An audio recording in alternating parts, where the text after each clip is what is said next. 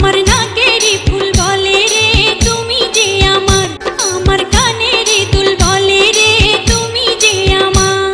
I really look up to Joya Ahsan Apu, Badhun Apu, taderke. But if you ask me idol, then I would say our idol hocche Shabnur Apu, because I think she's very kind, very humble, and very sweet. So I really liked her work, and আমি তার movie actually ছোটবেলা থেকে দেখি, এখনো দেখি, and আমি তাকে খুবই পছন্দ করি। অ্যাকশনের দিক থেকে কোনো নারী অভিনেত্রী বাংলাদেশ থেকে all over?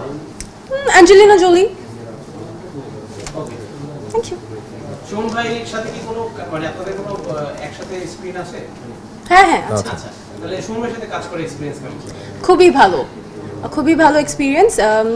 He actually he has done a lot of movies, of course we have all seen it, but as this was my first project, he never made me feel, you know, uncomfortable বা ওভাবে মানে নিচু ভাবে বা ওরকম করে কখনো দেখেনি। he is such a gentleman and he made us really comfortable on the sets and খুবই ভালো। ABM সুমনের কথা বলছি আমি। সে he is a truly gentleman, he is very kind.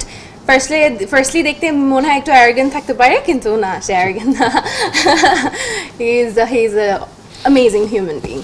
মানে কখনো মনে হচ্ছে টম ক্রুজের সাথে কাজ করছেন? হ্যাঁ, why not? জেমস বন্ডের সাথে কাজ করেছি মনে হচ্ছিল। Actually Bangladesh James bond. Correct, yeah. আলিশার সাথে কাজ করে কেমন লাগছে? নতুন আর্টিস্ট কি ধরে মাইকগুলো এদিকে দিদি নাকি? ওকে। খুবই ভালো, মানে ওরা নতুন হলে ওদের যে কনফিডেন্স লেভেল এটা আসলে মানে আনপ্যারালাল। ও তারপরে জেসিয়া দুজনই মানে আমরা তো আমি আজিজ ভাই, জেসিয়া, আলিশা, সাজ্জাদ, মানে আমরা ফ্যামিলির মতো সারাক্ষণ একসাথেই হ্যাং আউট করতাম একটা বিশাল সময় ধরে। অ্যান্ড দেয়ার আর টাইমস যখন কিনা রাস্তাঘাটে গাড়ি চলছে না ঠিকঠাক মতো, আজিজ ভাই আমাদেরকে সবার বাসা থেকে পিক করে আমাদের ওই ফাইট ক্লাসে নিয়ে যেত, সেই খিল খেতে, হ্যাঁ, এয়ারপোর্টের ওখানে অনেক দূরে। তো তখন এত দূর মনে হতো, তখন দূরে মনে হতো আমরা আড্ডা মারতে চলে যেতাম, 20-25 মিনিট লাগতো।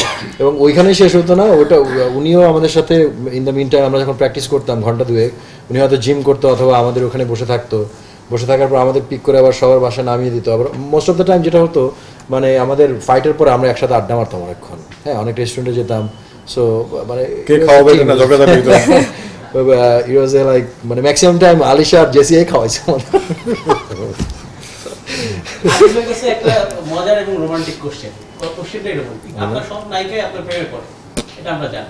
না, সব নায়িকা পড়ে না, অলমোস্ট সবাই ফ্রাস্ট্রেটেড করে দিলে লোকটারে নায়িকারা চলে আসে। তো আলিশাকে নিয়ে কোনো কবিতা লিখবেন কিনা, এবং আলিশার কাছে প্রশ্ন থাকবে আজিজ ভাই প্রেমে পড়েছেন কিনা? আমি তার কাজের প্রেমে পড়েছি, অফকোর্স, যেভাবে আমি বললাম যে সে ওমেন এম্পাওয়ারমেন্টকে অনেক সাপোর্ট করে, and I love that about him. So obviously আমি তার কাজের প্রেমে পড়েছি, তার কবিতার প্রেমে পড়েছি, তার সিনেমার কবিতা প্রেমে পড়েছি। আজিজ ভাই আলিশাকে নিয়ে কোনো কবিতা? তার বার্থডেতে কবিতা, সবার বার্থডেতে কবিতা, তার বার্থডেতে কবিতা লিখতেই পারি, বার্থডে উইশ করে দেওয়ার জন্য। নায়কদের নিয়ে কি কখনো কবিতা লেখার চিন্তা আছে? না, আপনি অন্য, আপনি তো ওই লাইনের মানুষ না। অভিনয় তো অনেকের অভিনয়তে মুগ্ধ আছে, সাকিব খানের অভিনয় মুগ্ধ, সিয়ামের অভিনয় মুগ্ধ, ওরটা আর বেশি মুগ্ধ হয়েছে আমি আমার নাইনে, অসাধারণ করছে। না, কবিতা কখনোই লিখবো না, আমি ওই লাইনের মানুষ না। তোর জন্য লিখে দিবে একটা।